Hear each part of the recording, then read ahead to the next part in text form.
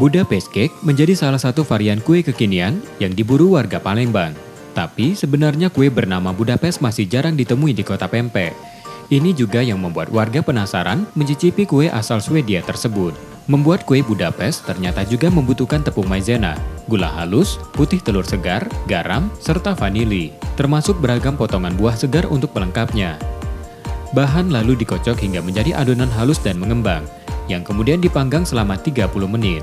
Setelah matang, adonan diberi whipped cream dan potongan buah di dalam dan luar kue. Metia Oktarani, pembuat kue Budapest, mulai memproduksi kue tersebut sejak 4 bulan terakhir.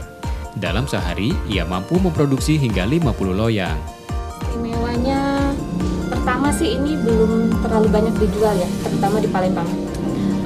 Terus teksturnya yang lembut, jadi bahan-bahannya juga semuanya tuh premium gitu. Dalam sehari sih paling banyak bisa sampai 50 loyang. Rata-rata sih 30-40, paling sedikit seharinya 20 loyangan. Memiliki tekstur renyah di luar dan lembut di dalam, kue Budapest menjadi daya tarik penikmat kue di Palembang. Sebenarnya sih nggak tahu yang Budapest itu seperti apa, sebenarnya belum tahu. Karena dicicipin sama adek, terus enak ya. Sebenarnya nggak terlalu suka ya, rasa-rasa yang manis tuh nggak suka. Tapi pas cicip Budapest itu teksturnya lembut, di mulut nggak enak, terus sangat lembut, enak mas.